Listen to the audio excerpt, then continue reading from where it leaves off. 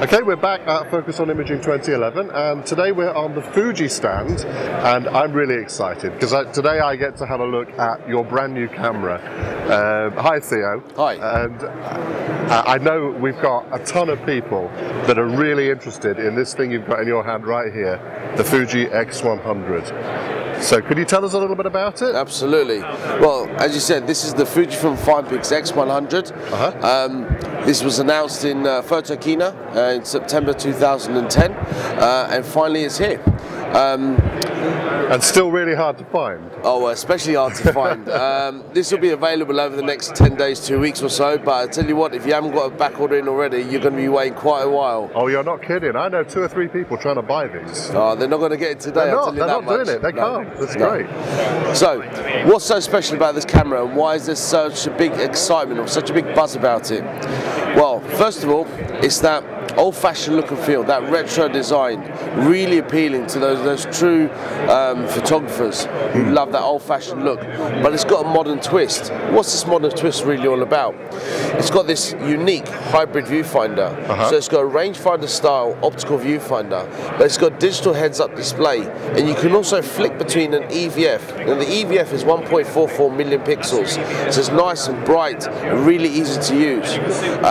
But to have that flexibility of EVF and OVF together is unique, and it's very, very special to this camera. As I said, the design's appealing to a lot of people. Look at the way the buttons are configured at the top.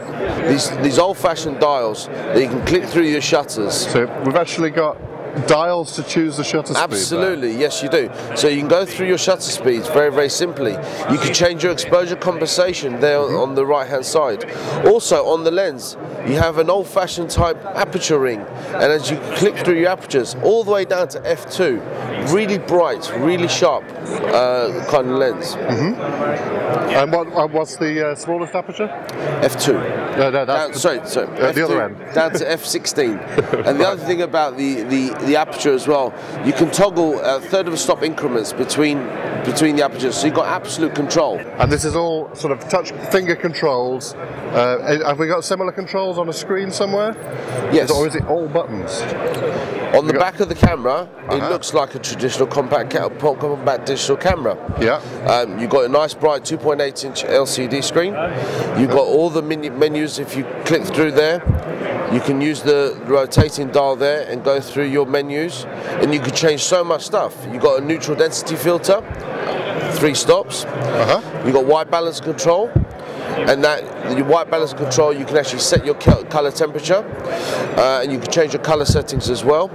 But there's such a variety of options within the camera. So as I said at the beginning, it's an old-fashioned camera with a modern twist. So it's all the best of the old with the rest of the new, basically. Absolutely, yes. And what about the sensor in this? How many megapixels is this? The sensor itself is an APS-C CMOS sensor, 12 megapixels. Funny that, in the last 3 days, no one's actually asked me how many megapixels it is. It's not that kind of camera, is it? It's not, absolutely. No. It's what it can do and how it controls. And that's the key thing about it. That's why everyone's so excited about it. The other kind of controls, yes, it does have RAW. You have a RAW button at the back of the camera there, so you can switch between RAW, JPEG, or RAW and JPEG simultaneously. There's a function button at the top, so you can have quick access to ISO, dynamic range, film simulation modes.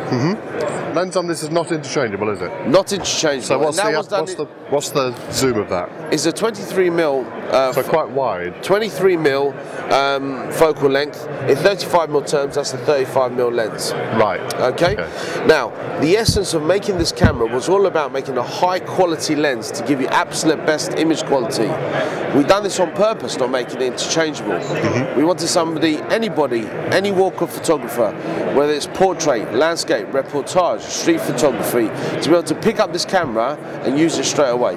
Right. This is the modern Cartier-Bresson Leica style street photography camera, isn't it? That's really The people that are most excited about this, I think, are keen to go out and take pictures without having this huge "look at me, I'm a photographer" thing hanging around their neck.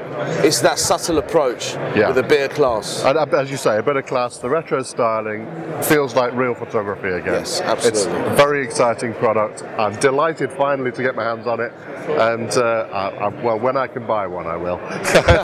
that's not yet. Thank you very much. Thank you.